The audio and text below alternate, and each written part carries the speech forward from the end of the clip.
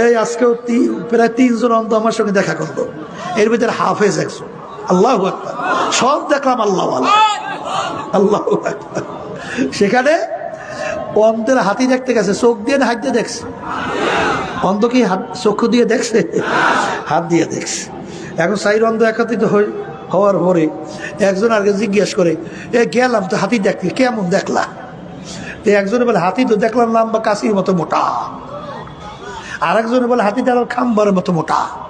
আর একজন বলে, হাতি দেখলাম কুলার মতো চ্যাপটা। আর একজন বলে, হাতি দেখলাম ঘরের মতো। এর ব্যাপার কি? যে নাকি সুর দেখছে লম্বা মোটা, সে মনে করছে হাতি লম্বা সুরের মতো মোটা কাশির মতো। আর একজনে যে পা দেখছে, সে তো মনে করছে বিরাট খাম্বার মতো, হাতির পা মনে না মোটা খাম্বার মতো। আর যে কান পাইছে, সে তো মন্তব্য করছে হাতির কান তো চ্যাপটা, মনে করছে কুলার মতো চ্যাপটা। আর একজন তো শরীর পাইছে বিশাল, কলে হাতি ঘরের মতো। ঝগড়া বাজছে না বাজে নাই? হ্যাঁ, যে যে দেখার উপরে সে তো মজবুত, সে তো তার ওই দেখা ছাড়ে না।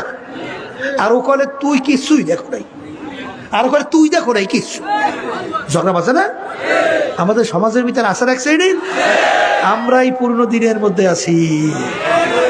কি এরকম বলে কি বলে না?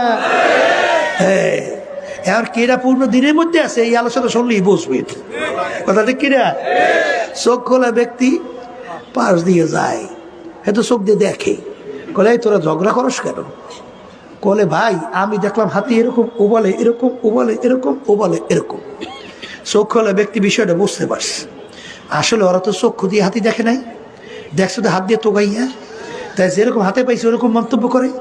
কলে তোরা ঝগড়া করিস না, আসলে পূর্ণ হাতি তোরা কেউ দেখো নাই, ওই চাইরো জিনিস মিললিয়া তার নাম হইল হাতি।